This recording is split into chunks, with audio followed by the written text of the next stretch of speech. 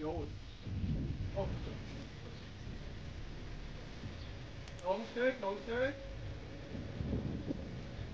Stuk. Stop. Zwei, Vater.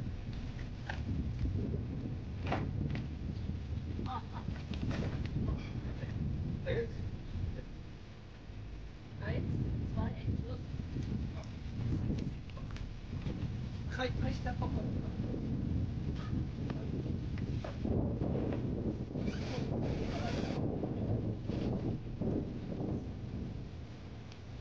So, gut. Einfach den anlegen und einschieben. Ja, aber ich glaube, es wäre schmerzlos, ehrlich gesagt. Vielleicht, wenn ihr ein kleines bisschen kann ich das.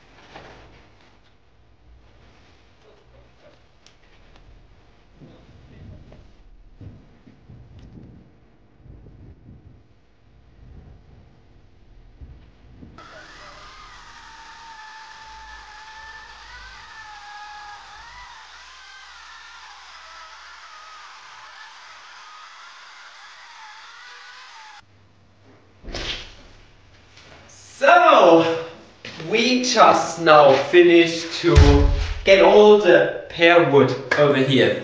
Also, you haven't seen this on video, but I also got a big stem of, oh goodness, of apple tree here. They also cut this one for me off. They still had it around, but didn't know what to do with it, so they cut it off. And also another piece of pear tree, which is like this size. Yeah, what I'm going to do is, all those smaller pieces that I got here, all the branches of the pear tree, those were a lot, it's probably about 600 to 700 kilograms of pear wood that we have lying around here now. All of those are going to go upstairs. I need to track them upstairs. Other than that, I'm going to do different things with all those pear tree branches. One thing that I did with my new Avotech mini grinder was create a little shroom from this one. This was my first freehand carving project, and I think it turned out very nicely. Cool thing about those fresh pieces of pear is that they still need to dry. In normal cases this is not cool, but for pieces like this one right here, it's actually really cool, because you are going to carve it, you are going to put it onto the lathe, and then you are going to let it dry, and it's going to crack open. There are a lot of people who like things like these, just natural things which are going to crack open over time that they can put into their garden. So there's definitely a huge market for things of this sort. Just take a look at the sculptures of B&M. He's creating some cool stuff out of wood and epoxy, carving it, and he's selling it for ridiculous prices. Obviously this right here can compare to his works, but I need to practice and I'm going to get better at it. Now, after I've dragged all of the branches upwards, in some of the next days, I'm going to grab all of the big tree parts that I have out there. I'm going to show you in a second what we got now, and I'm going to bring it over to a sawmill, a bent sawmill. He's going to cut it for me. For the big branch that we cut at the very last, I'm going to create a bunch of cookies from it, because it's a huge piece and getting huge cookies of pear tree is really hard. Actually, I've never seen huge cookies of pear tree being sold. So this is going to be nice. I'm pretty excited for the cookies. Other than that, I'm going to just turn it into boards and then I'm going to let these boards dry. Summer is going to start and up here in my attic there are such high temperatures when the sun is basically grilling everything up there, and this is going to be the perfect place to dry them. And then once they are dried, I'm going to create furniture out of them, because the people who gave all of this wood for free to me, that's probably about $2,000 to $3,000 worth of pear tree that I have lying around here. They got it for free for me, and they also wanted to have some things created out of the pear tree. They are going to actually pay me to create things out of the pear tree. So I'm going to get all of this wood for free, and also I've got a few things that I need to create for them. That's really exciting. Now let me show you outside which parts of the pear tree we got, and then I'm going to bring most of the stuff into my attic. Also, I'm not sure what I'm going to do with the apple right here. They told me that they wanted some apple cookies to use as cutting boards for their new home. So this is probably what I'm going to do with them, and for the other ones, I don't know, gotta let it dry or gotta put it through my bento such that I'm going to create boards from it. Okay, let's go outside.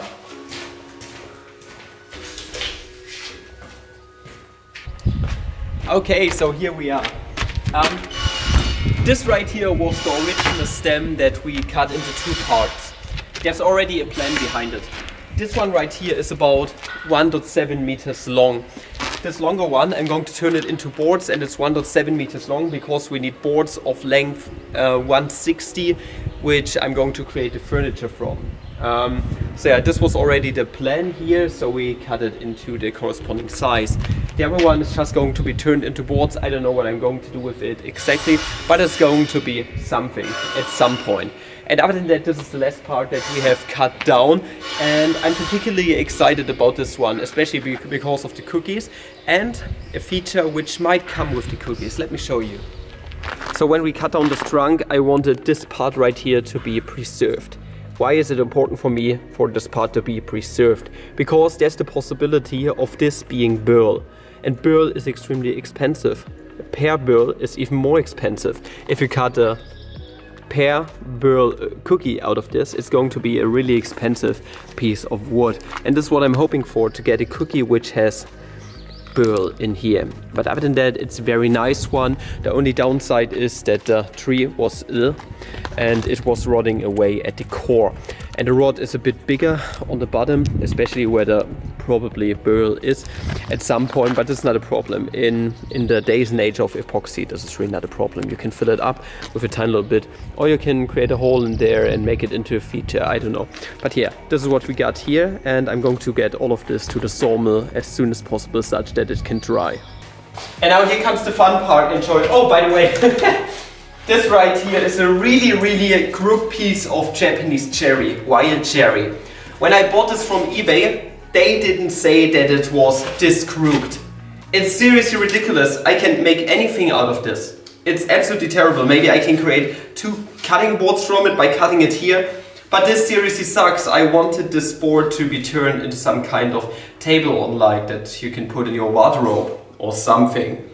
Or put it onto a wall as a wardrobe piece where you can hang your clothes up. But this is just outright terrible. They didn't say it on eBay, and they didn't allow me to give it back to them for refund. It's absolutely fucking stupid. But yeah, never mind. I'm going to try to get rid of the crook here using the sunlight, my friend the sun, at some point. But for now it's going to go in the attic.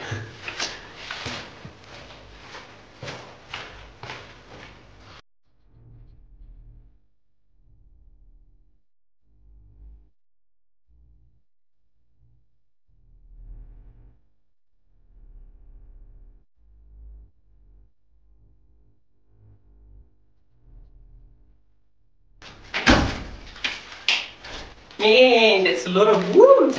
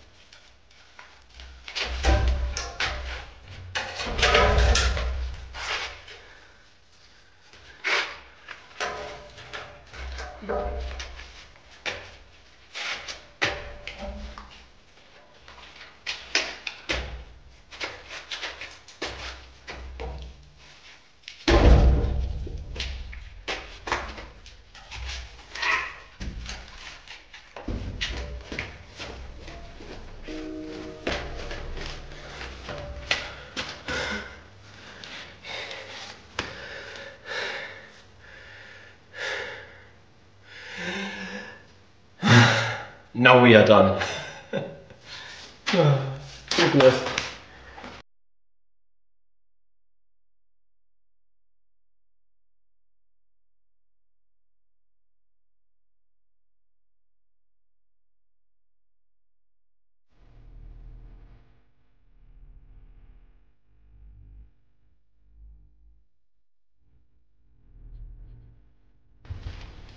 I am back and it was so much fun helping at the sawmill, and it was even more fun to see what those huge tree parts offered me in terms of wood. And it didn't even look like that, but we got so many boards out of these three parts. It's amazing, and there are some really nice pieces coming with it, be it the cookies that we have cut from the big chunk of wood, or those huge boards. Do you know what one of these boards would be worth? They are 3 centimeters in thickness, all of these that we have cut. One of these should be worth about 200 to 300 euros in normal case. So let's say 250 to 350 dollars, which is ridiculous. And I got many of these. Also, I got so many of these cookies. In normal case, you don't find cookies like these anywhere. People rather eat their pears than basically burn or make it to wood. So yeah, this is such a huge thing that I got here. I'm going to put everything out of my car, then I'm going to stack it up, but also in between I'm going to show you some of the signature pieces that we have got. So yeah, let's go. Pretty excited about all the pieces. I already cleaned them up. They are dust free, most of the parts, and yeah, it's just absolutely cool. So ridiculous. Let's go.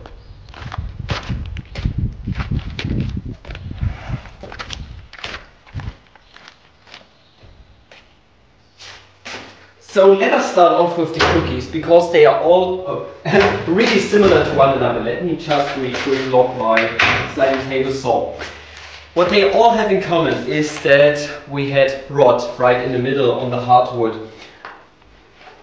It just rotted away, you can't do anything about it, but in times of epoxy, it's not bad. It's not bad. And the cool thing about the cookies that we got to the very end, I got like the last piece to the thickest one where I suspected there could be burl, but sadly there wasn't any burl. But nevertheless, what they all have is the star shape.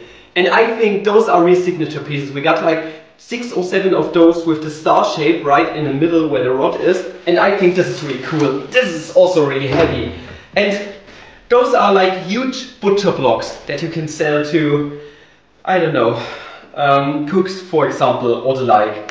They just love those, and they roughly spend about $200 to $300 per cookie on one of these, just to have them as cutting boards. So that's ridiculous. That's a lot of money that I have lying around in my trunk. And we got many of those. All of the other cookies are 3 centimeters in thickness, and all of them rot away right at the core. Be it sometimes just a tiny little bit of rot or a bit more rot. But this really doesn't matter, as mentioned before, epoxy, or you can leave it there and then it's just a signature piece with basically a hollow star at the very middle. Yeah, those are cool, and I'm going to stack them up now, I suppose. Yeah, that's going to be a lot of carrying.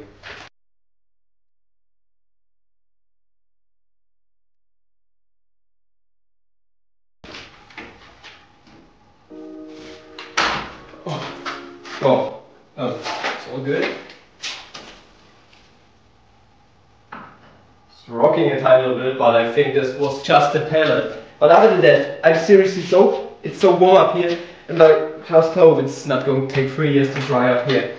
Other than that, how many cookies do we have? Let's count. Let's play some Sesame Street. 1, 2, fuck.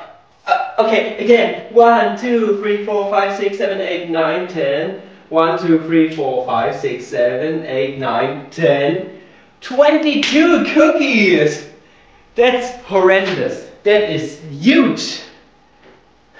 Let's go! Now for the other ones. Really excited to show you all the nice figure that those boards have. Whew. That's quite some loot, gotta tell you.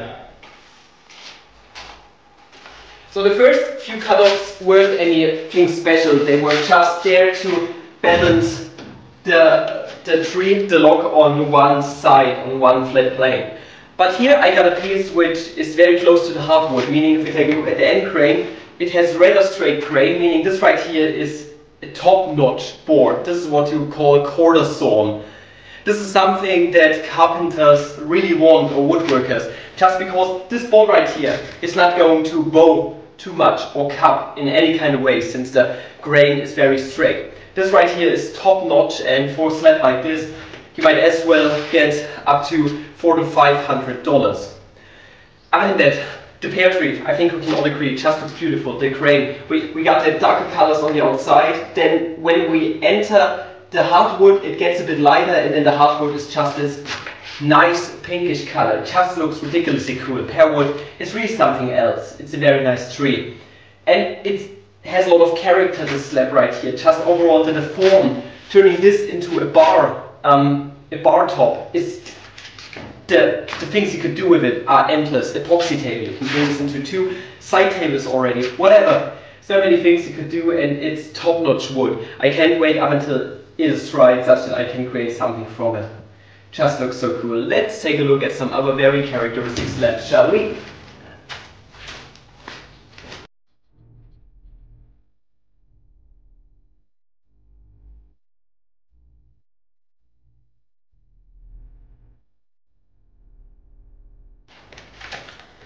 This one here is very similar to the slab that we have just seen, just with one huge difference. I mean, on this side it looks pretty similar to the slab that we just had.